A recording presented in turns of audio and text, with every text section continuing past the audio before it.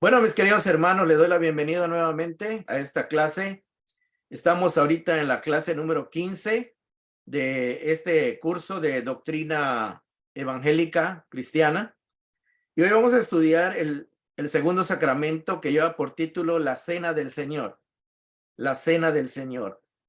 Y la Cena del Señor, hermanos, es el recordatorio de nuestra salvación.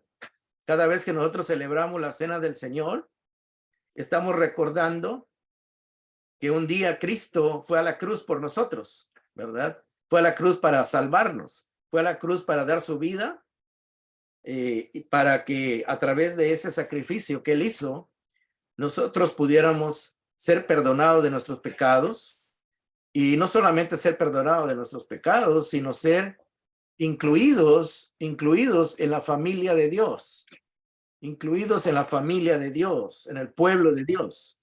Así que en la Cena del Señor es el recordatorio de nuestra salvación.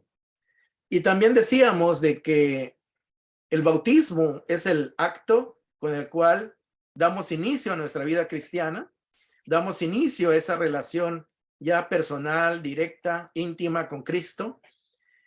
Y la Cena del Señor es el segundo sacramento donde al practicar la Cena del Señor y participar en ella, pues nosotros reafirmamos nuestra fe, recordamos lo que Cristo hizo por nosotros, que gracias al sacrificio de Cristo, nosotros ahora somos parte del pueblo de Dios, somos parte de la familia de Dios, y también nos confirma este acto de que somos adoptados, hemos sido adoptados en la familia de Dios, y nos confirma nuestra continuidad de que seguimos participando de Cristo, ¿verdad?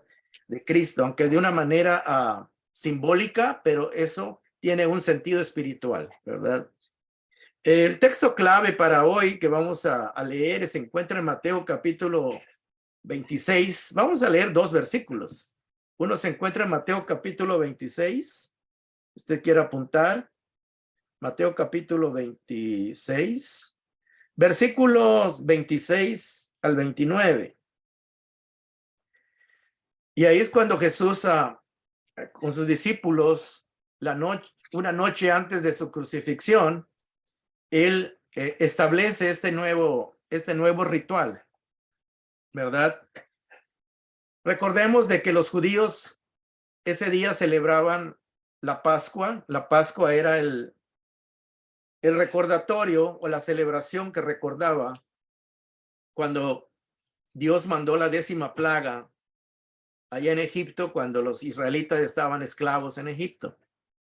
Ustedes se recuerdan de que esa noche recibieron la orden de que durante ese día mataran un cordero, y la sangre de ese cordero le iban a poner en las puertas los israelitas, los del pueblo de Dios, pueblo físico de Dios, y esa sangre iba a representar, iba a ser una señal para que la muerte no llegara a esa casa, porque Dios iba a enviar a muerte a todo el pueblo de Egipto, ¿verdad? Y esa sangre, ese cordero y esa sangre, pues iban a hacer un símbolo que les iba a dar la protección, les iba a dar la salvación de esa tragedia, ¿verdad? Y al paso de los años, pues esa iba a ser un ejemplo, un modelo de lo que iba a ser Cristo. Ese cordero es Cristo, ¿verdad? Que representaba a Cristo. Ese cordero que en la Pascua se sacrificaba y que esa sangre servía como una protección, una señal protectora, pues iba a ser, con el paso del tiempo, Cristo iba a ser la realidad de ese símbolo, ¿verdad? Entonces, precisamente cuando se celebraba esa fiesta, Jesús va a instituir la cena del Señor, o sea, la cena de Él, ¿verdad? Entonces, Mateo 26 al 29, que cuando estaban reunidos ahí, dice el verso 26, mientras comían, voy a leer en la Nueva Versión Internacional. Usted puede leerlo en la versión que usted tenga. Mientras comían, Jesús tomó pan y lo bendijo.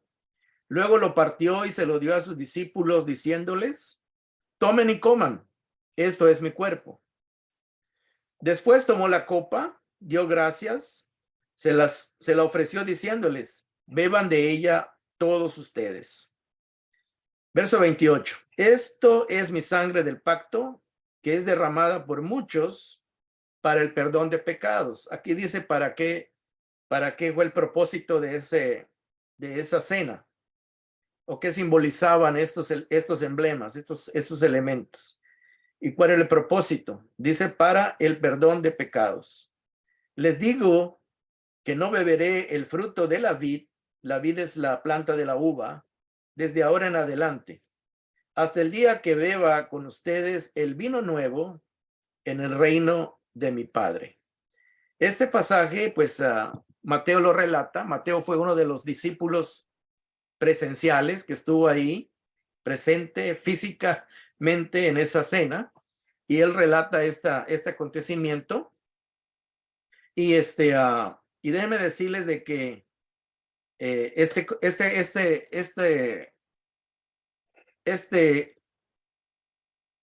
esta cena del Señor, perdón, estaba atorando pensando otra cosa. Esta práctica de la cena del Señor, Jesús la está instituyendo, ¿verdad? Jesús fue el que inauguró, ¿verdad? Este acontecimiento, y trae algo nuevo para la iglesia. La cena del Señor no la celebraban los judíos, los israelitas. Ellos celebraban la Pascua y mataban un cordero, literalmente un corderito, ¿verdad? Lo sacrificaban y se comían la carne, ¿verdad? Y también hacían pan y celebraban esa cena. Pero Jesús le da un nuevo propósito, ¿verdad? Porque ahora el propósito tiene otro fin, ¿verdad? La Pascua representó la liberación física de la esclavitud física de los israelitas del pueblo de Egipto cuando estaban esclavos. Pero la cena del Señor, Jesús mismo dice que ya no representa una libertad física de una esclavitud física, sino ahora es para el perdón de nuestros pecados, de una esclavitud espiritual. Los pecados es algo espiritual, ¿verdad? Entonces, por eso Jesús establece esto, porque él iba a morir unas horas después, no para liberar a gente de una esclavitud física, sino para que la gente fuera liberada de la condenación del pecado, ¿verdad? Todos nosotros, por ser pecadores, por no ser perfectos, por haber heredado el pecado desde nuestros primeros padres, de Adán y Eva, nosotros vivimos condenados por el pecado hasta que Cristo, ¿verdad?, llega a nuestra vida y nos ofrece esa salvación, su sacrificio, y nosotros al creerlo y a recibirlo, nosotros espiritualmente venimos a ser partícipes del beneficio de su muerte y de su resurrección. Entonces, esta cena del Señor representa, ¿verdad? Representa una libertad espiritual, libertad de la condenación del pecado. Así que Jesús, como lo dijo Juan cuando Jesús iba a bautizar, ¿verdad? Juan el Bautista dijo, he aquí, cuando vio a Jesús que se acercaba, dijo, he aquí el Cordero de Dios, dice, el Cordero de Dios. O sea, ese Cordero que se sacrificó en la Pascua representaba a Cristo mismo, ¿verdad? Ya cuando Cristo iba a empezar su ministerio y se iba a bautizar, Juan lo presenta como el Cordero, ese Cordero simbólico, ¿verdad? Que así como ese Cordero dio su vida o murió para que el pueblo de Israel fuera liberado de la esclavitud física de Egipto, ahora Jesús es el nuevo Cordero. Claro que él no era un Cordero literal, Jesús era un ser humano, pero cuando dice el Cordero de Dios, se está refiriendo que lo está comparando con el Cordero de la Pascua, ¿verdad? Con el Cordero que dio su vida o que fue sacrificado para que los israelitas pudieran ser salvos de la muerte física, de la esclavitud. Ahora Jesús es el Cordero de Dios, que Dios está proveyendo. Dice el Cordero de Dios que tiene el propósito de quitar el pecado del mundo, o sea, de las personas que vivimos en este mundo. Eso quiere decir. Entonces, hermanos, la cena del Señor, el propósito de esta clase es entender que la práctica y la participación en la cena del Señor le recuerda al creyente cristiano que gracias al sacrificio de Cristo en la cruz, el cristiano obtiene el perdón de sus pecados y que está viviendo dentro del nuevo pacto, ¿verdad? Un pacto de gracia al que entramos por la fe. Cuando el pueblo de Israel, hermanos, fue liberado de Egipto, ellos caminaron unos días, llegaron a una montaña que se le conoce como el monte o la montaña del Sinaí, ¿verdad? Ahí Dios les dio unos mandamientos, ¿verdad? Ustedes, no sé si alguna vez vieron alguna película que se llamó Los 10 Mandamientos, ¿verdad? Ahí se refleja esa historia. Y ahí Dios les da los mandamientos y después Dios hace un pacto con el pueblo, ya que Moisés baja del monte Sinaí, encuentra el pueblo en una fiesta ahí toda desordenada, ¿verdad? Y luego, ya que pone el orden Moisés ahí, Dios se le manda que haga que mate unos becerros, ¿verdad? Y con la sangre hace un pacto con el pueblo donde él se compromete a ser el Dios de ese pueblo y el pueblo se compromete a respetar a ese Dios, ¿verdad? A vivir bajo las leyes de ese Dios. Entonces, pero sabemos de que el pueblo de Israel, pues, no pudo mantener su fidelidad a Dios. Constantemente él le fallaba a Dios. Y más adelante vamos a ver que hay dos tipos de pactos en la Biblia, ¿verdad? Hay un pacto que es de obras o de obediencia, y otro pacto es un pacto de fe, ¿verdad? Donde creemos en las promesas de Dios. Entonces, este nuevo pacto que se menciona aquí en la cena del Señor es un pacto de gracia, ¿verdad? Vamos a ver esto en Lucas capítulo 22. Ahí también este escritor le agrega esta parte que Mateo no menciona mucho, ¿verdad? Lucas 22, versículo 15. Lucas 22, 15. Ahí Lucas también explica esta parte de la cena del Señor y vamos a ver algo interesante que también Lucas agrega.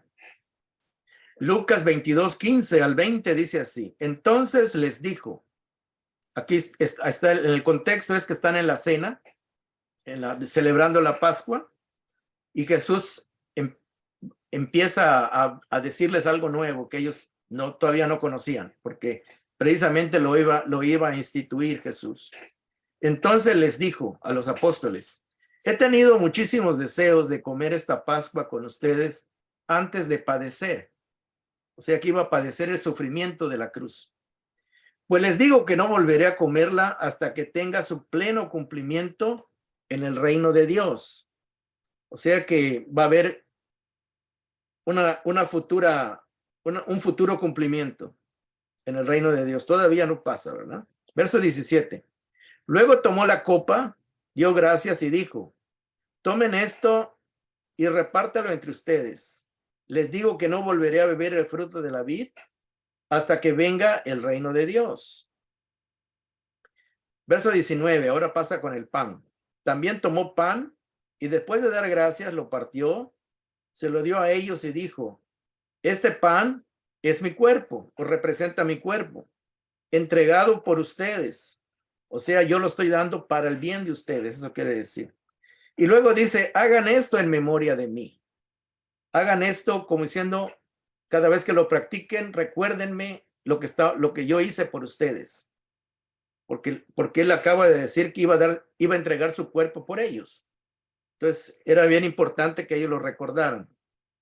Luego el verso 20 dice: de la misma manera, tomó la copa después de la cena y dijo: esta copa es el nuevo pacto en mi sangre, que es derramada por ustedes. Ahí menciona la palabra nuevo pacto. O sea que la cena inaugura este nuevo pacto, comienza un nuevo pacto. Pero sepan, dice verso 21, que la mano del que me va a traicionarme está con la mía sobre la mesa. Bueno, y empieza a hablar acerca de lo que iba a pasar con Judas Iscariote. Pero aquí podemos ver de que Lucas explica de que Jesús pide, ¿verdad?, que se haga esta celebración o este recordatorio acerca de su muerte y su resurrección. Dice, hagan esto en memoria de mí. O sea, recordando la vida que estoy dando por todos ustedes.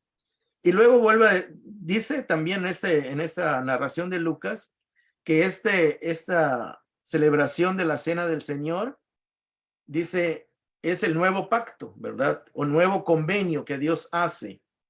Pero este es un pacto diferente, ¿verdad? Porque este no está basado en un pacto de obras, sino está basado en un pacto de fe, ¿verdad? Jesús en ningún momento aquí le está diciendo de que ellos se tienen que comprometer a cumplir con algo, ¿verdad? Porque no se basa en el pacto. Los pactos de gracia no se basan en que el hombre se compromete a hacer algo. Aquí todo lo está haciendo Jesús, todo lo está haciendo Él. Jesús está yendo a la cruz para dar su vida por la salvación, por pagar los pecados de todos nosotros, ¿verdad? No es que Jesús no dijo en ninguna parte, si ustedes hacen tal y tal cosa, yo voy a la cruz. Si ustedes cumplen con tal y tal cosa, yo voy a dar mi vida por ustedes. No, Jesús nada más les dijo, tomen y coman, ¿verdad? O sea, acepten esto que le estoy dando. Este sacrificio que estoy haciendo, lo estoy haciendo por ustedes, ¿verdad? Entonces, en los pactos, vamos adelante, lo vamos a explicar qué es la diferencia entre un pacto de obras y un pacto de gracia. La Cena del Señor es un pacto, el nuevo pacto es un pacto de gracia, ¿verdad? Donde todo lo hace una parte del pacto, no lo hacen los dos, ¿verdad?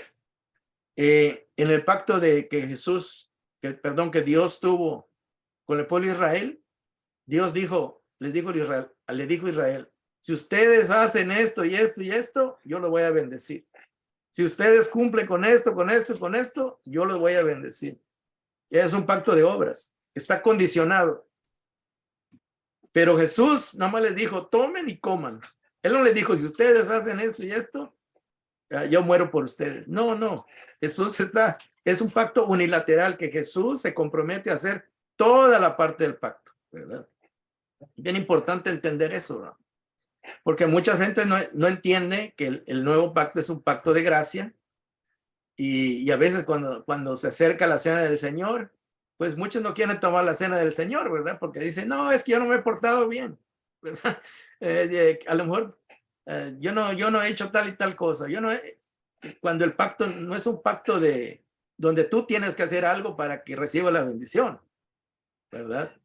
Sino Cristo es el que se compromete a darte la bendición, ¿verdad? Si tú crees y recibes por gracia lo que Él te está dando.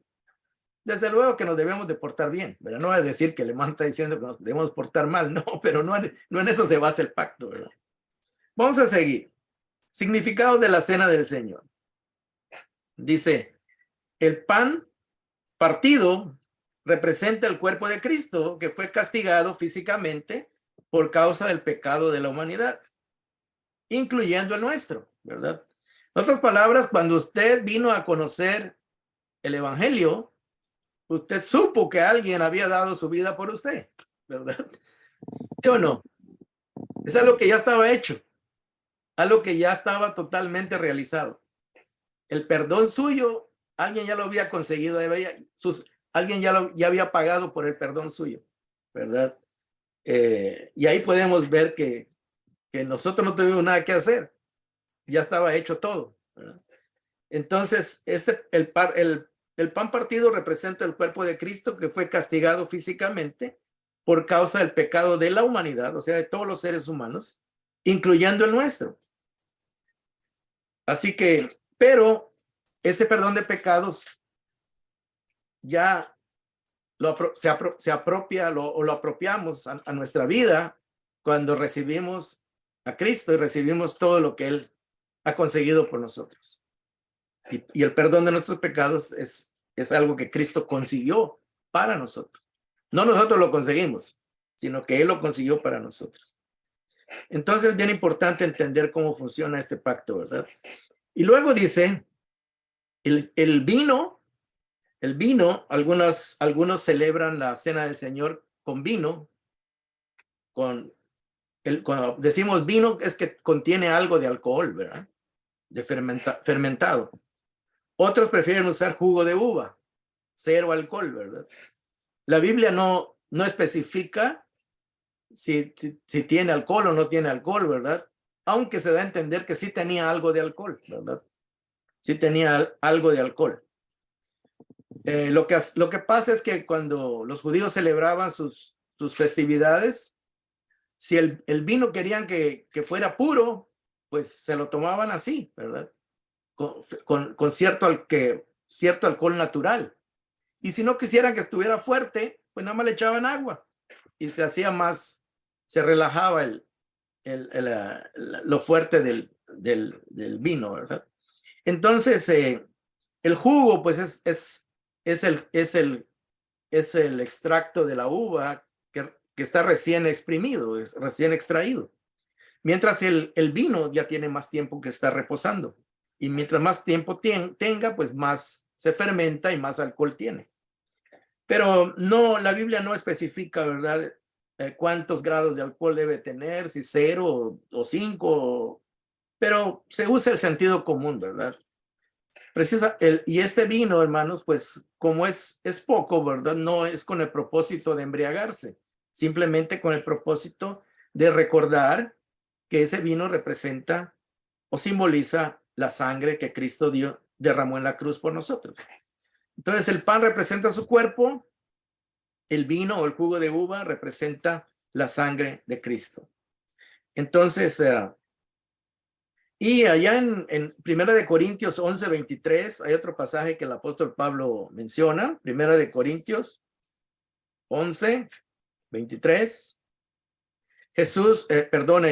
Pablo dice que él recibió del Señor Jesús esta enseñanza y él también se la da a los hermanos de la iglesia de Corinto. Y Primera de Corintios capítulo 11, versículo 23, Pablo dice así en su carta: yo recibí del Señor, dice, lo mismo que les transmití a ustedes. Está hablando de la enseñanza de este sacramento, de esta práctica que Jesús instituyó. Que el Señor Jesús, la noche que fue traicionado, ustedes se recuerdan que lo traicionó Judas, tomó pan y después de dar gracia lo partió y dijo: este pan es mi cuerpo, o representa mi cuerpo, que por ustedes entrego. Hagan esto en memoria de mí. O sea, aquí también Pablo recuerda que Jesús pidió que se hiciera continuamente. De la misma manera, después de cenar, tomó la copa y dijo: esta copa es el nuevo pacto en mi sangre. Hagan esto cada vez que beban de ella en memoria de mí.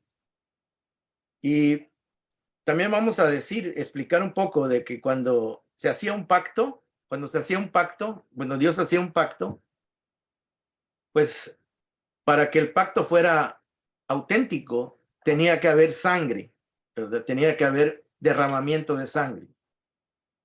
En la antigüedad, ¿verdad? En esas culturas, pues esa es la manera se establecía de que un pacto era formal, ¿verdad? Dos personas pudieran hablar de algo, de algún contrato, de algún convenio, pero mientras no hubiera un sacrificio de algún animalito, de algo que se derramara sangre, no era válido hasta que hubiera un animal que muriera, ¿verdad? Hoy nosotros en nuestra cultura, pues si queremos hacer un trato, pues nosotros hacemos una firma, ¿verdad? Firmamos un documento. Y si hay algún notario, pues lo sella, ¿verdad? En aquella época, en aquella cultura, no había nada de firma, no había nada de sello. No se hacía eso, ¿verdad? sino que había sangre. La sangre representaba que este era un acto oficial, que era un acto como serio y legal, y contaba como algo formal, ¿verdad? Que no eran solo palabras, sino había algo formal.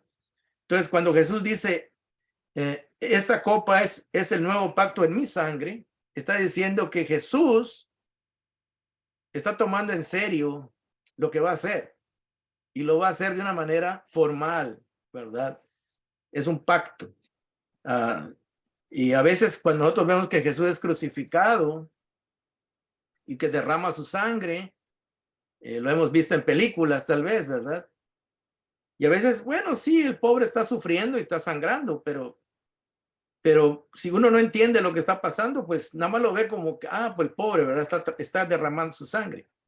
Pero esa sangre, según la cultura, está haciendo un pacto, ¿verdad? Un pacto de donde él se está comprometiendo formalmente a dar su vida para el perdón de nuestros pecados. Y como es algo legal y es serio, en la cultura de ellos lo entienden así, ¿verdad? A nosotros recibirlo, a recibir ese sacrificio, estamos siendo parte de ese pacto porque lo estamos aceptando, ¿verdad? Para nosotros, que fue por nosotros y para nosotros. Entonces, cuando nosotros tomamos el jugo de la vid o el vino, estamos dando a entender que nosotros somos parte, o estamos participando en ese pacto y lo estamos recibiendo, lo estamos aceptando, ¿verdad? Aunque no hicimos nada, Jesús lo hizo todo, pero estamos diciendo, estoy de acuerdo que tú diste tu vida por mí y yo estoy recibiendo esa bendición. O sea, los resultados de ese sacrificio, que son el perdón de mis pecados, yo lo estoy recibiendo como algo bueno, como algo que tú formalmente hiciste, ¿verdad? Bueno, la siguiente parte, podemos ver de que se anuncia también con la cena del Señor, se anuncia o se proclama que Cristo va a volver, ¿verdad? Cristo va a volver y que Él un día va a celebrar la cena del Señor o va a recordar ese sacrificio. Eso quiere decir que va a recordar, nos va a recordar a todos nosotros, que todos nosotros los que estamos en su reino, pues, los que hemos llegado estemos ahí presentes cuando Él venga, de que gracias al sacrificio nosotros tenemos esa bendición tan grande.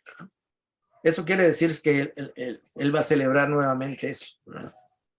No sé si va a ser literalmente que nosotros lo vamos a celebrar, o simplemente quiere decir que nos vamos a gozar en esa celebración, porque gracias a lo que Él hizo, Él va a estar con todos sus hijos, con todo su pueblo, celebrando esa victoria, ¿verdad? De que gracias a lo que Él hizo, nosotros tenemos salvación. Bueno, vamos a seguir. Número 2 dice, el participar de la cena del Señor. Cuando nosotros participamos, estamos declarando que nosotros somos los benefactores de los beneficios de la muerte de Cristo, que estamos recibiendo ese perdón, que estamos recibiendo esa gracia, que nosotros, gracias a ese sacrificio, nuestra condenación ha quedado eliminada, así como dice Jesús, como dice la palabra de Dios, allá en Pablo lo dice en Romanos, que si alguno está en Cristo es nueva creación, ¿verdad? Los que estamos unidos a Cristo ya no estamos bajo condenación, ninguna condenación hay para los que están en Cristo, ¿verdad? Y todo eso, ¿verdad? Es gracias a lo que Él ha hecho. Entonces, cuando nosotros participamos, estamos confirmando de que nosotros tenemos esa bendición y ya no estamos condenados por el pecado, que ahora somos parte de su pueblo, que estamos disfrutando de la compañía de Cristo, que estamos unidos a Él, estamos participando de sus bendiciones, de sus promesas. Y eso, todo eso, hermanos, es parte de lo que Cristo hizo por nosotros. Y nosotros simplemente lo aceptamos por gracia, o sea, gratuitamente, a través de la fe, en ese acto de amor que Cristo dio su vida por nosotros. La tercera cosa, o sea que cuando nosotros celebramos la cena del Señor, nuestro espíritu se nutre, se alimenta. Sí, porque nuestras almas o nuestra parte inmaterial, ¿verdad? Nuestros pensamientos, nuestras emociones y aún nuestra voluntad se motivan a seguir unidos a Cristo, ¿verdad? Cuando nosotros celebramos la cena del Señor, esto es como una nueva inyección de ánimo que nos da, donde se nos recuerda que Cristo sigue amándonos, Cristo sigue presente en nuestra vida, Cristo sigue bendiciéndonos, que podemos contar con el perdón de nuestros pecados, porque nuestros pecados, aunque hemos sido perdonados de nuestros pecados, pues humanamente todavía no somos perfectos, tenemos fallas.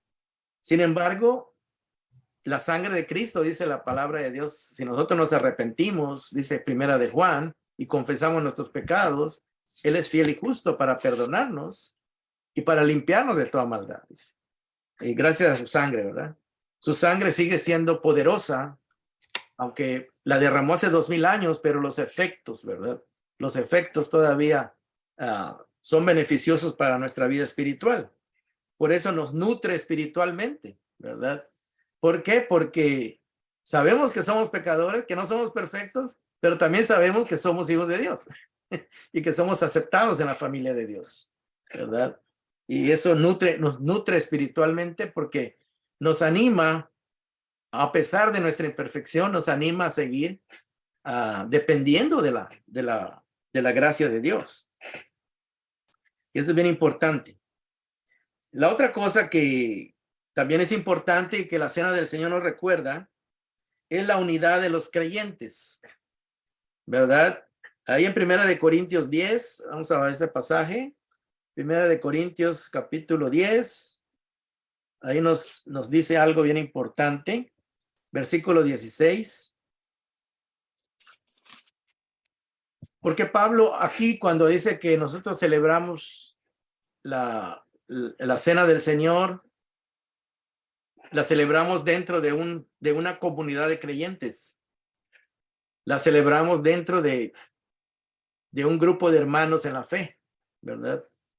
Y Pablo les dice también a los corintios la importancia que tiene de que nosotros estemos unidos espiritualmente en la misma fe, que estamos unidos a través del mismo Cristo, ¿verdad? Porque Cristo no solamente dio su vida aunque la dio individualmente por nosotros, por cada uno de nosotros, pero también la dio por todos, para que todos formemos su cuerpo, ¿verdad? Espiritual, simbólico. Por eso en el 1 Corintios 10, 16 dice, esta copa de bendición, o sea, cuando celebraban la cena, por la cual damos gracias, dice Pablo, ¿no significa que entramos en comunión con la sangre de Cristo? Claro, claro que sí. Eso significa que entramos en comunión con la sangre de Cristo. Y luego dice, ese pan que partimos, ¿no significa que entramos en comunión con el cuerpo de Cristo? Sí, espiritualmente. Aunque físicamente entra a nuestro cuerpo, pero tiene una representación espiritual. Y luego dice, hay un solo pan del cual todos participamos. Generalmente en las comunidades cristianas se hacía un pan algo grande, ¿verdad? Y cada quien agarraba un pedacito de pan, ¿verdad? Y luego dice, hay un solo pan del cual todos participamos. Por eso, aunque somos muchos, dice, somos muchos miembros en la iglesia, en la congregación, en la comunidad de fe, formamos un solo cuerpo, dice. O sea que nosotros nada más tomamos un pedacito de pan, pero el pan no es un pedacito, dice. El pan es algo completo del cual todos participamos, dice. Y luego dice, el verso 18, consideran al pueblo de Israel como tal. No entran en comunión con el altar, dice. Los que comen de lo sacrificado, dice. Entonces, Pablo está diciendo que cuando uno participa, está participando también como cuerpo, como grupo, ¿verdad? Donde todos estamos con la misma creencia, estamos participando de lo mismo, de la misma bendición, porque todos y cada uno de los miembros de una iglesia, cuando celebran la cena del Señor, la bendición es individual, pero también es colectiva, porque es para todos.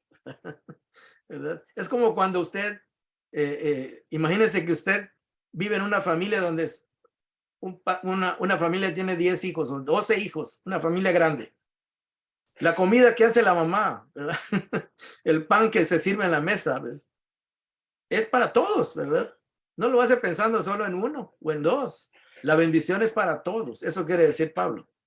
Que cuando nosotros participamos de la cena del Señor, tenemos que vernos como una unidad, ¿verdad? Que nosotros no somos yo no soy el único cristiano. Cristo no fue, yo no soy el único por el cual Cristo murió, sino que Cristo murió por sus hijos, los creyentes a los cuales él llama hijos de Dios, sus hermanos en la fe, ¿verdad?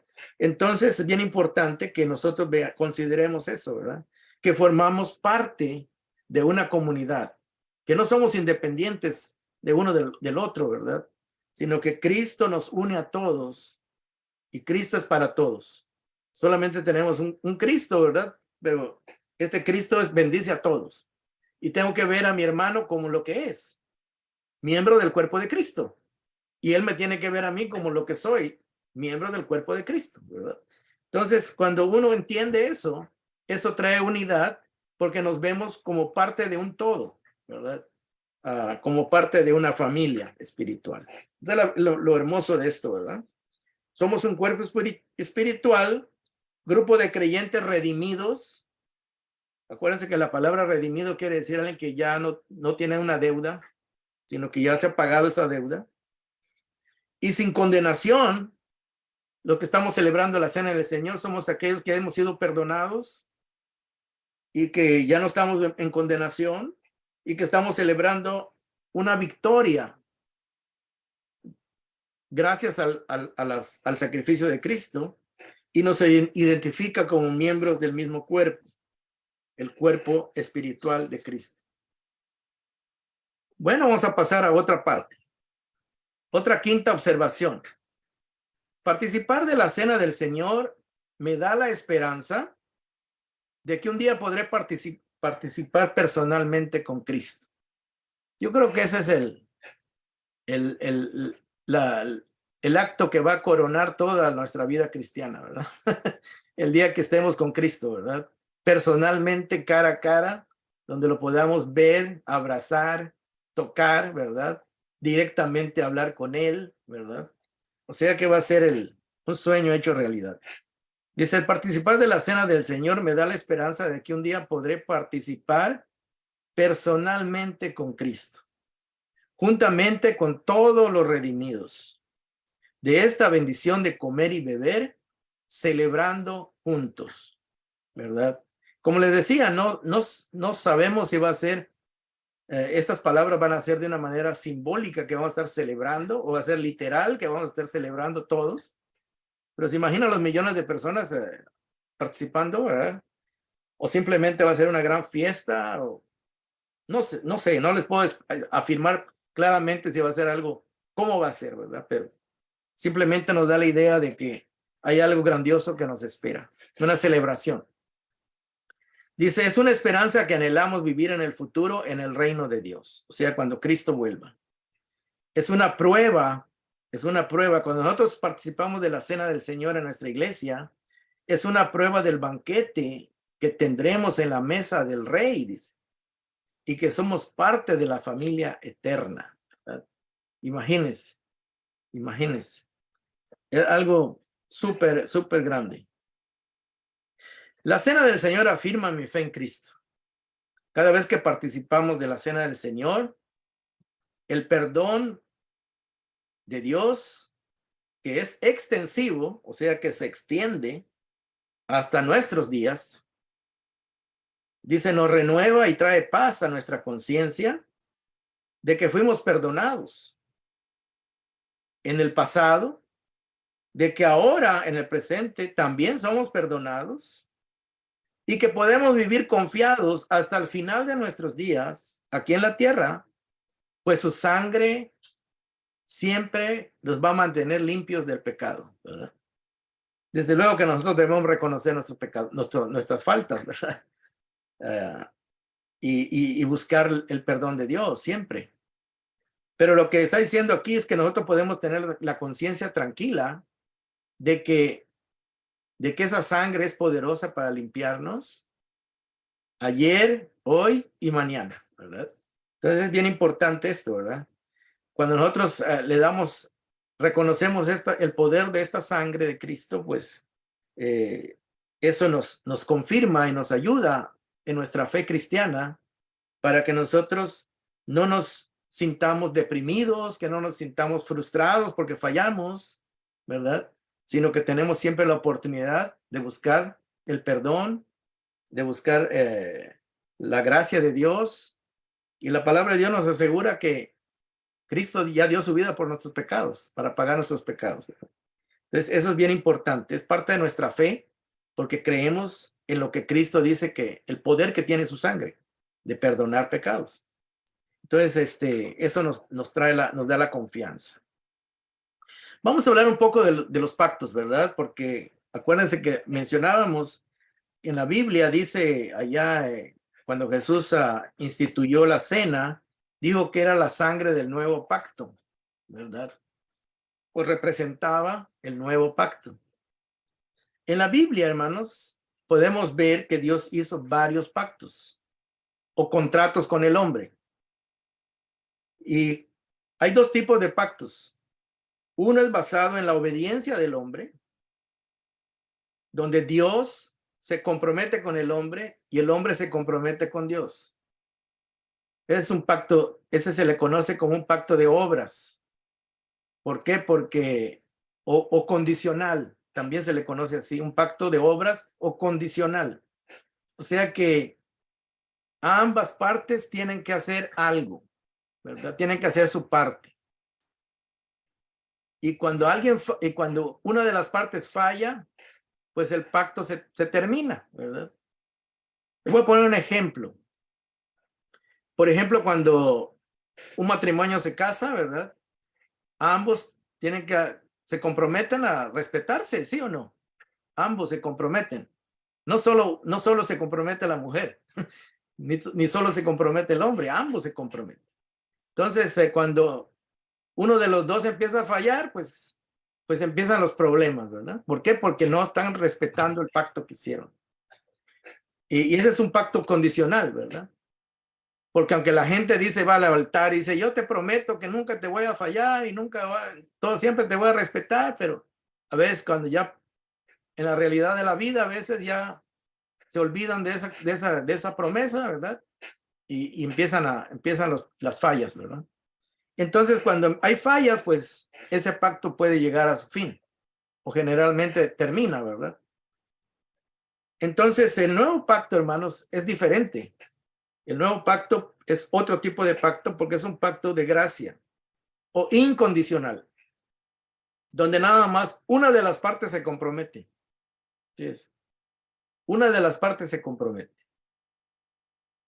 En este caso, el que se comprometió a dar su vida por nosotros es Jesús, Cristo Jesús. Él voluntariamente fue a pagar por el pecado nuestro.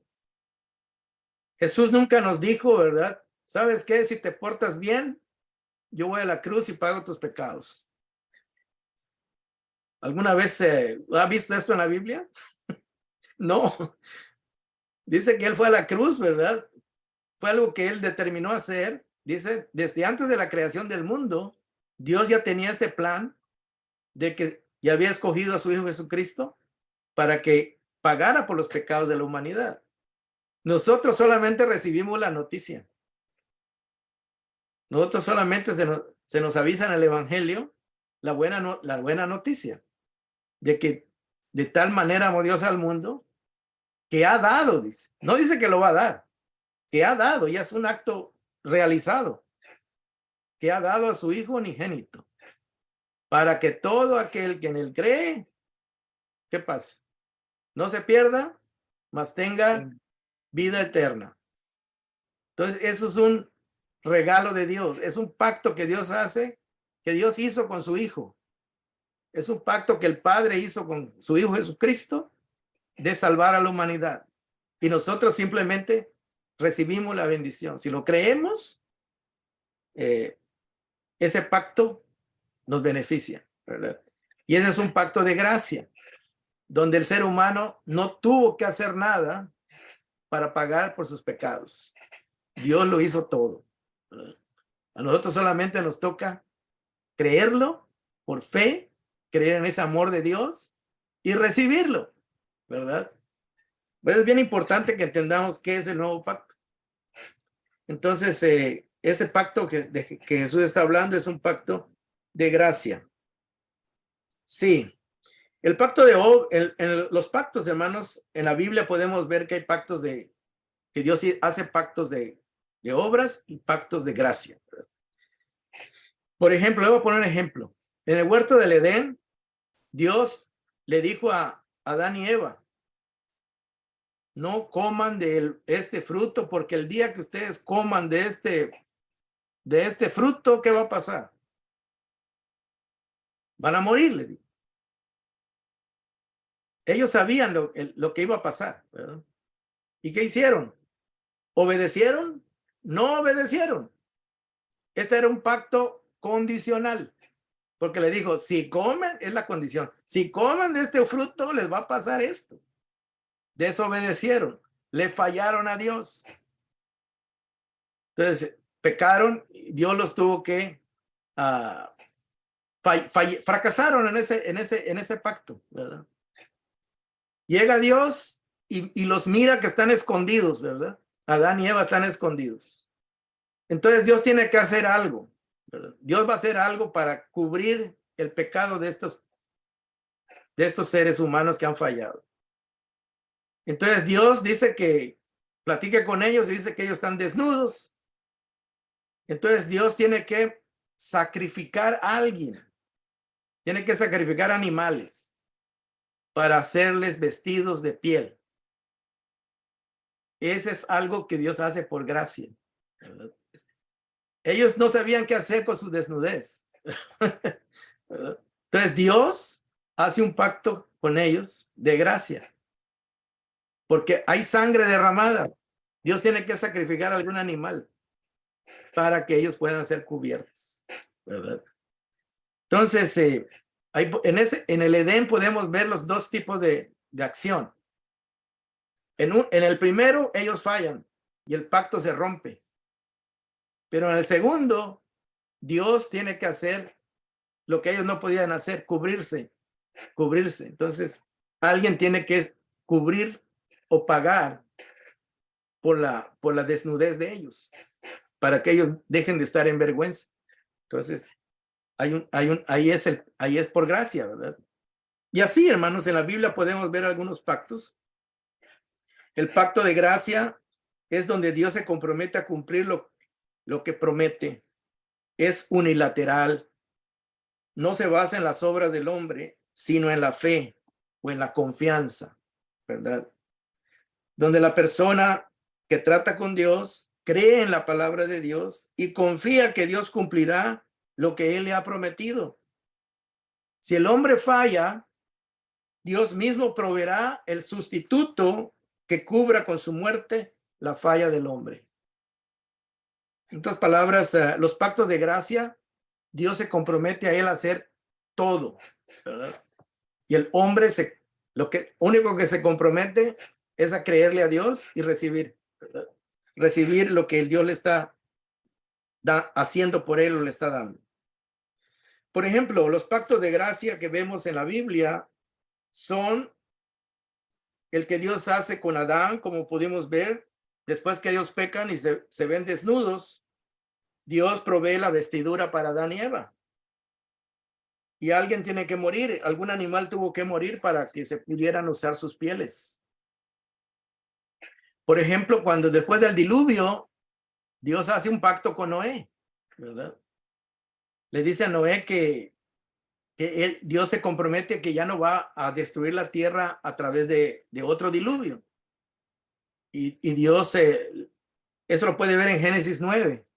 Dios hace un pacto con Noé.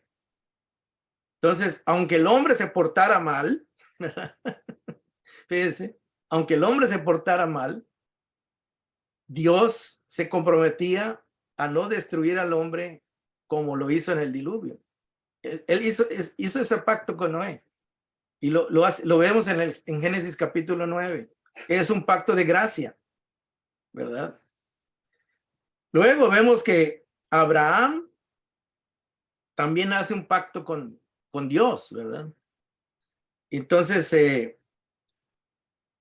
Dios hace un pacto con Abraham y lo puede ver en Génesis capítulo 15. Puede apuntarlo ahí. Donde Dios le dice a Abraham que Dios lo había escogido para que él, a través de él, iba a formar una nación y a través de esa nación Dios iba a bendecir a todas las familias de la tierra. ¿Qué es lo que tenía que hacer Abraham? Nada más creerle a Dios. Creerle a Dios y hacer lo que, estar dispuesto hasta hacer lo que Dios le pedía que hiciera, ¿verdad? Esa fue una idea de Dios, no fue una idea de Abraham. Abraham solamente se comprometió a creerle a Dios y hacer lo que Dios le pidiera que hiciera. Y sabemos la historia, ¿verdad? Y así, hermanos, podemos ver varios pactos en la Biblia que son de gracia. Por ejemplo, David, también Dios le hizo una promesa a David, hizo un pacto con David. Allá en 2 de Samuel 7, Dios le dijo a David que le prometió que uno de sus descendientes iba a reinar para siempre. ¿Y qué es lo que tenía que hacer David? Simplemente creerle, ¿verdad? Creer lo que Dios decía. Usted sabe que David no fue una blanca paloma, ¿verdad? David tuvo muchos errores, humanamente hablando. Pero no de eso dependía la promesa de Dios.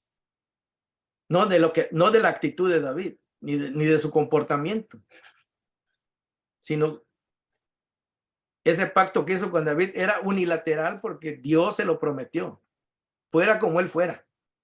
Era algo que Dios ya había planeado hacer y David simplemente dijo que se haga tu voluntad, ¿no? Está bien.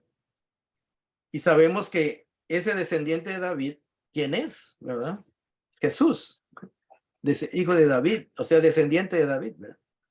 Entonces hay pactos que Dios hace, hermanos, que son de gracia, donde Dios hace todo lo que él ha dicho que va a hacer, sin pedirle su ayuda al hombre. ¿Ves? O sea, sin que el pacto se base si el hombre obedece o no obedece, ¿verdad? Entonces, el pacto que nosotros hacemos con Cristo, o el que Cristo hizo, y el que nosotros participamos, fue algo que Cristo hizo. Él fue a la cruz y nosotros no hemos hecho nada. ¿Sí? Él lo hizo todo. Lo único que nos toca a nosotros es recibirlo y creerlo por fe para recibir las bendiciones de ese pacto, ¿verdad? Entonces, estamos viendo eso, ¿verdad? También quisiera decirles algo, ¿verdad? No sé cuánto tiempo llevamos. Vamos a hablar un poco acerca de lo que es lo que los de la Iglesia Católica creen acerca de la cena del Señor o de la comunión. Para que ustedes lo sepan, ¿verdad? No estamos criticando si está bien o está mal, simplemente estamos diciendo cómo lo creen ellos para que usted lo entienda y sepa qué es, ¿verdad? Por ejemplo, hermanos, en la teología católica romana, cuando se celebra la misa, también ellos celebran lo que llaman la comunión, ¿verdad? O la cena del Señor. Ellos creen, ¿verdad? La teología católica, ellos creen algo que se llama la transubstanciación, una palabra bastante complicada. Transubstanciación, que la sustancia de lo que es Cristo Jesús se transforma, el pan se transforma en la sustancia, en el cuerpo y en la sangre de Cristo. Eso es lo que ellos piensan, ¿verdad? Cuando ellos celebran la misa, cuando hacen el rito de la misa, Dice, el pan y el vino se transforman en el cuerpo real y la sangre real de Cristo. Imagínense. Ellos creen que se transforma. Eso quiere decir transubstanciación. Que el pan deja de ser pan simple y el vino deja de ser vino simple y se transforma en la sangre de Cristo y en el cuerpo de Cristo. Ellos piensan eso, ¿verdad? Que literalmente eso pasa. Se los digo para que lo sepan, ¿verdad? Pero esto, hermanos, teológicamente tiene sus implicaciones. ¿Por qué? Porque si el cuerpo de Cristo se transforma cada vez que se celebra la misa, eso quiere decir que lo que hizo Jesús en la cruz no terminó ahí, sino que sigue y sigue y sigue. Porque Cristo su sangre vuelve otra vez a activarse, ¿verdad? O a venir a ser viva, ¿verdad? Nosotros creyentes evangélicos, ¿verdad? Creemos que lo que Jesús dijo allá en Juan 19:30, usted tiene ese pasaje, léalo, búsquelo, Juan 19:30, bien importante, Juan 19:30. Cuando Jesús estaba en la cruz, dice que le dieron a probar vinagre, ¿verdad? Estaba en su sufrimiento. Juan 19:30 dijo, al probar Jesús el vinagre, dijo, todo se ha cumplido, o todo se ha terminado, o todo se ha completado. Eso quiere decir la palabra. En otra versión dice, consumado es. O sea que ya se consumó, ya llegó a su consumación, a su término. Dando a entender que con su muerte ya se había pagado todo, ¿verdad? Todos los pecados. Todo se ha cumplido, dice esta versión. Luego inclinó la cabeza y entregó el espíritu. Los evangélicos, cristianos evangélicos, creemos de que en la cruz Cristo pagó completamente, que no tiene por qué volver a morir, ni tiene por qué volver a hacerse de esa manera su sacrificio. Me gustaría que vean otro pasaje muy importante que se encuentra en Hebreos capítulo 9, versículo 26.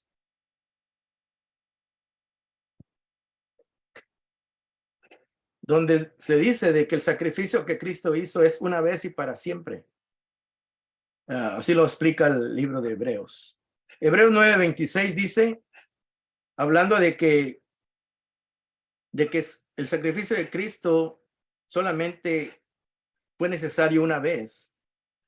Verso 26 dice, si así fuera, Cristo habría tenido que sufrir muchas veces desde la creación del mundo. Al contrario, dice, ahora, al final de los tiempos, se ha presentado una sola vez, dice, y para siempre, a fin de acabar con el pecado mediante el sacrificio de sí mismo. Entonces, los cristianos evangélicos creemos de que el sacrificio de Cristo en la cruz fue suficiente una sola vez, ¿verdad? Y que es tan efectivo para todo aquel que cree, ¿verdad? Para todo aquel que cree. Y que no es necesario que Cristo vuelva a ser sacrificado, ¿verdad? O que su sangre vuelva otra vez a convertirse, ¿verdad? Esas son creencias antiguas, ¿verdad? Que tienen en la iglesia católica, ¿verdad? Cuando vino la reforma en 1517, Martín Lutero, ¿verdad? Él no creyó en esto, ¿verdad? Él no creyó que los elementos, el pan y el vino se convirtieran en sangre, en la sangre y el cuerpo de Cristo realmente. Pero lo que Martín Lutero creía es que cuando se celebraba la cena del Señor, Cristo venía y se metía dentro del pan. Cristo venía y se metía dentro del vino, ¿verdad? Entonces, tampoco, ¿verdad? Tampoco creemos que eso tenga apoyo bíblico, ¿verdad? Los cristianos evangélicos creemos de que sí, cuando se hace la cena del Señor hay una representación simbólica y espiritual en el pan y en el vino, ¿verdad? Son símbolos, pero que también hay una conexión espiritual, pero no es física, ¿verdad? Simplemente esta verdad llega otra vez a nuestra mente, a nuestro entendimiento, para que nosotros podamos seguir con la misma fe de que somos perdonados, que somos parte del cuerpo de Cristo, y que esto simplemente nos confirma y nos da la continuidad de que seguimos siendo parte del cuerpo de Cristo. Sí, entonces el pan representa el cuerpo de Cristo, que solo fue una vez castigado físicamente por nuestros pecados, y que el vino representa la sangre de Cristo, que solo una vez fue derramada por nuestros pecados. Nosotros simplemente lo recordamos y nos conectamos con esa verdad, ¿verdad? Jesús dijo: hagan esto, la cena del Señor, en memoria de mí, para que recordemos quién es Jesús y qué es lo que Él hizo a nuestro favor. Y que hoy, a través de su presencia en el Espíritu Santo, nos recuerda que actualmente estamos unidos a Él y Él a nosotros espiritualmente, a través del Espíritu Santo. Él dijo: yo no me voy a ir, no los voy a dejar solo. Le digo: sí, les voy a enviar al Espíritu Santo para que more en ustedes, ¿verdad? Entonces el Espíritu Santo mora en nosotros. ¿Quiénes deben participar de la cena del Señor? Todo creyente cristiano, pues es para recordar y confirmar que somos salvos gracias a lo que Cristo logró por nosotros, y que el pacto al cual pertenecemos es un pacto de gracia. O sea que ese perdón lo recibimos gratuitamente por creer en el amor y la misericordia de Dios a través de la fe que profesamos. No es porque nosotros hagamos algo o que nos lo ganemos, ¿verdad? Porque no es así. No podemos hacer nada para ganarnos eso, ¿verdad? Si no fuera por gracia. Pablo exhortó a la iglesia de Corinto, e incluye a todos los cristianos, que debemos hacer un examen de conciencia antes de tomar la cena del Señor y examinarnos a nosotros mismos. Y el examen es para ver si nosotros estamos viviendo una vida que honre a Dios, ¿verdad?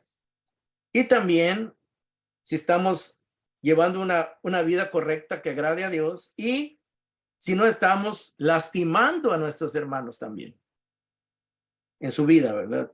Por ejemplo, a Pablo, cuando escribe esto en la iglesia de Corinto, habían hermanos que estaban en pleitos, que estaban enojados, estaban en dificultades así de contiendas, ¿verdad?